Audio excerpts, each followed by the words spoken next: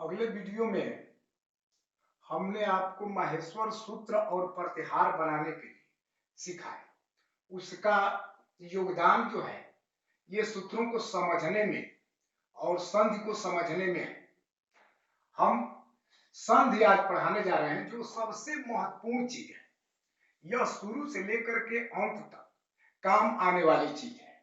संधि दो शब्दों से मिलकर बना है, सम प्लस धी, जिसका अर्थ होता है मिलाप या मेल या योग या कह सकते हैं समझौता।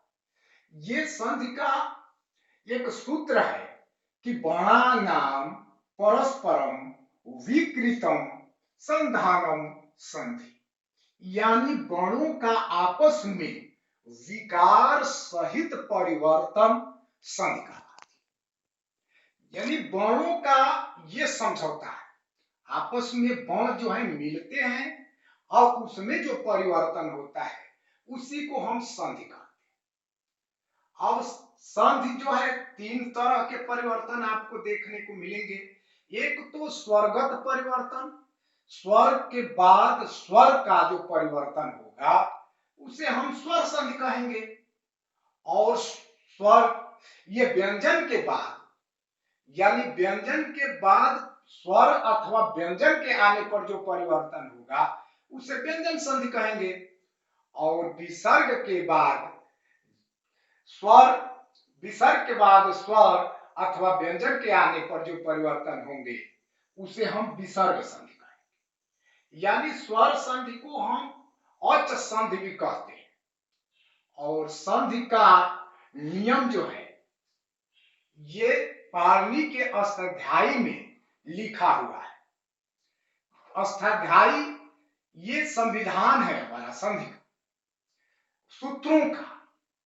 यानी हम कह सकते हैं कि हमें यदि कोई किसी की हत्या कर देता है तो उसका हमें संविधान के तहत कौन सी धारा लगेगी, उसी प्रकार हम किस संधि में किस वर्ण को किस नियम से परिवर्तन करेंगे, ये सारा परिवर्तन अष्टाध्यायी में लिखा हुआ। अब संधि में दो शब्द हैं, सम और धी। तो किसी किसी ने कह देते हैं कि संधि हम दो प्रकार से लिखते हैं, इसमें कौन सही है। हम ये बताना चाहते हैं कि संधि जो है दोनों तरह से दोनों सही है। ये अंतिम इसमें मौ को जो देख रहे हैं ये मौ, और इसका जो है प्रथम वर्ण ये ध और ये ई, यानी मौ का हम ये अनुस्वार जिसको कह रहे हैं, तो एक आगे पढ़ेंगे आप कि मौ अनुस्वारम, मौ का अनुस्वार हो जाता है। और एक और नियम है कि ये क से ये मौ तक का जो वर्ण है उसी का पांचवा अक्षर ये मान लिया जाता है। यानी ये ध जो है तो वर्ग का है, तो वर्ग का पांचवा अक्षर नौ होगा, इसलिए यहां हम नौ भी आधा नौ लिख सकते हैं। संधि यानी दोनों तरह से हम संधि लिख सकते हैं और दोनों सही है। अब स्वरों की भूमिका, स्वर संधि हमने बताया कि स्वरों की जिसमें भूमिका होगी उसे स्वर संधि कहेंगे, जिसमें व्यंजन की भूमिका होगी उसे व्यंजन संधि कहेंगे, और जिसमें जो है विसर्ग की भूमिका होगी उसे विसर्ग संधि कहेंगे। और इस प्रकार संधि तीन प्रकार की हुई, स्वर संधि, व्यंजन संधि और विसर्ग संधि। अब स्वर संधि के पांच भेद हैं, स्वर संधि के पांच यानी सात भेद हैं, लेकिन महत्वपूर्ण जो है पांच भेदों को जो है हम अपने इन बच्चों के लिए पांच ही भेद बताएंगे। तो पांच भेद में हम पहला भेद जो है, पहला नियम, पहला संविधान आज इस वीडियो में समझाना चाहते हैं कि पहला जो है भेद है दीर्घ स्वर संधि, ये दीर्घ स्वर संधि, और सूत्र है इसका अकः सवर्णे दीर्घ। यानी अक क्या है, यह बात हम पहले प्रत्याहार बनाने के लिए आपको बताए थे कि इसमें दो सूत्र आते हैं महर्षि पाणिनि के। पहला ओ ई उ र, और दूसरा जो है री ली और क। अब हम इसके ओ से और क हम बताए थे प्रत्याहार की ओ से क तक जो वर्ण आएंगे वही औक कहलाएंगे। अंतिम वर्ण को हम नहीं गिनते हैं, अंतिम इत वर्ण है जिसे और है और क है, तो यानी औक में हमारे आएंगे, औक प्रत्याहार में हमारे आएंगे ओ ई उ, ये री और ये ली, यही वर्ण जो है औक कहलाते हैं। और सवर्ण का मतलब होता है अपने वर्ण के साथ, जिसे मान लीजिए कि हम कहेंगे परिवार, ये परिवार लिखे और इसके पहले सौ जोड़ दिए, सौ उपसर्ग है, इसका अर्थ होता है के साथ, यानी परिवार के साथ।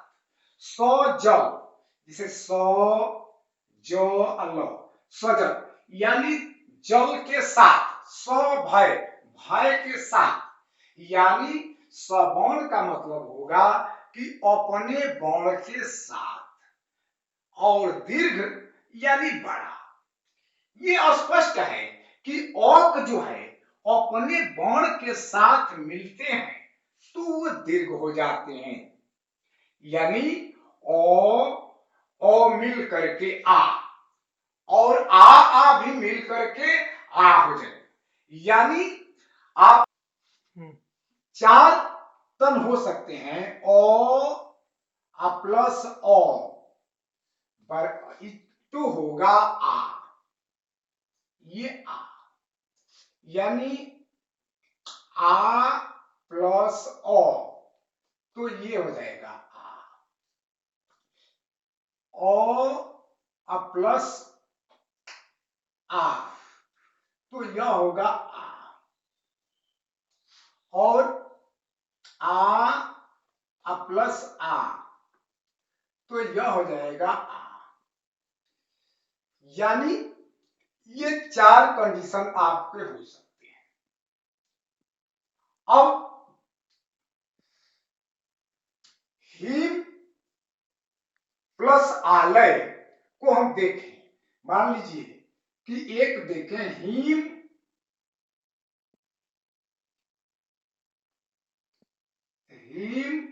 प्लस आलय।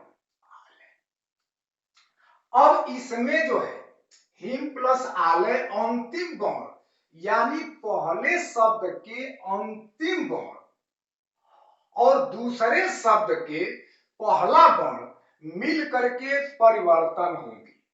तो पहले में हम ते हैं तो इसमें मो में ओ है, तो यहां जो है ओ दूसरे का आ, यानी मो प्लस ओ, ये मो प्लस ओ, तो पहले का ओ और दूसरे का आ, तो मिल करके आपका बन जाएगा ही मा लो आयो, यानी यह मिल करके आ हो जाएगा और ये हिमालय बन गया। उसी प्रकार कवि, कवि प्लस इंद्र, कवि प्लस इंद्र, अब यहां जो है पहले का जो है ये वो प्लस ई प्लस ई, यह मिल करके बन गया बड़ी ई। तो यह जो है क और वी अधनो अद्र, तो बन गया गोविंद। यानी स्पष्ट है कि ये औत प्रत्याहार अपने वर्ण के साथ मिलते हैं तो दीर्घ हो जाते हैं। जैसे भान, ये देखिए भान, भान,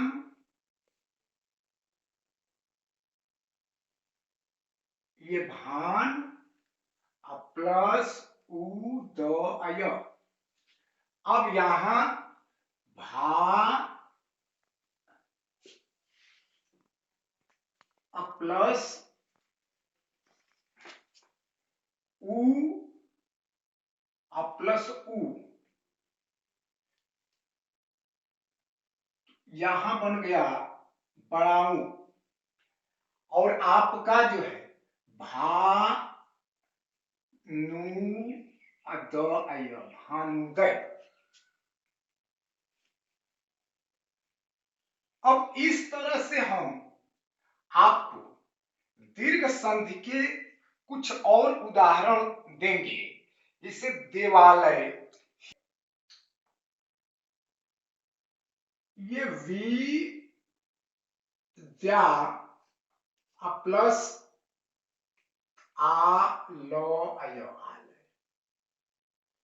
अब इसमें आप देख रहे हैं कि ये विद्या का अंतिम वर्ण आ और आलय का शुरू का वर्ण आ, तो यह मिल करके बन रहा है कि यहां यो प्लस आ प्लस आ, तो यहां जो है आपका फिर बन रहा है कि ये आ हो जा रहा है। यहां वी दो या लो आयो, तो बन गया विद्यालय। अब इस प्रकार हम कुछ शब्द देंगे इस पर, और आप जो है अब दीर्घ संधि का अभ्यास कार्य हम पहले दिए भी हैं और तमाम अभ्यास कार्य देंगे, उसका आप अभ्यास करेंगे। धन्यवाद।